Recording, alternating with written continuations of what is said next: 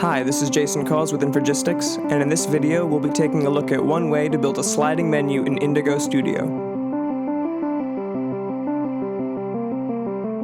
We can begin by creating a new screen part. To start, you can set the dimensions of the canvas to fit the menu you're going to design. For the first step, I'll create the basic layout of the closed menu using a few rectangles as a background. Using the size and position fields can help you quickly arrange shapes. It can also help to create a copy of an existing element to preserve its formatting and save you from redesigning the same pieces again.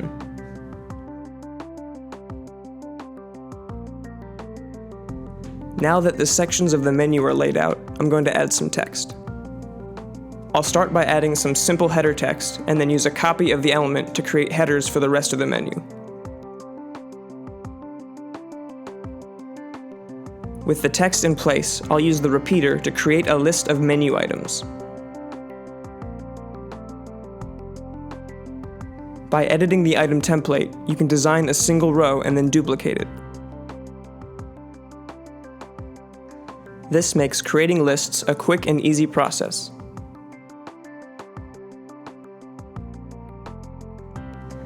Now with the template designed, I can add as many rows as needed.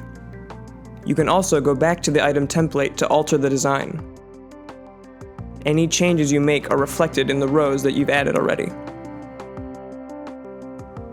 Here we have the collapsed menu fully designed. To begin designing the sliding piece of the menu, I'll group all the elements together and create a copy to use as a template. Using the existing elements, I can modify the ones I'll be keeping and delete the ones I won't use.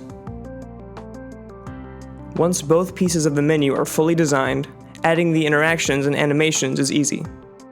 To create the initial state of the menu, we can position the sliding group of elements behind the static group. To create the second state of the menu, I'll add an interaction to the menu icon that changes the screen part to a new state with a single click. Make sure you check the toggle box so that clicking the menu icon again reverses the changes. Now that we have a new state, we can reposition the sliding group of elements and resize the canvas to fit the expanded menu. Once we've finalized the position of the elements, we can go to the animation timeline below and add smoothness to the transition. From the expanded state of the menu, we can increase the duration of the move event by dragging it out on the timeline. This creates a smooth, sliding menu effect. By running the screen part, we can preview the newly added interaction. With the new screen part fully designed, we can save the changes and add it to the screen we're designing. You'll find your newly created screen part in the menu on the right. Running the prototype shows how the new screen part will behave.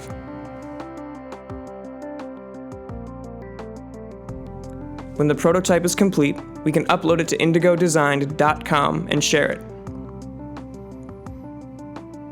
The URL that Indigo Studio creates will remain the same even if you make changes to the prototype in the future. For more videos and sample applications, go to infragistics.com.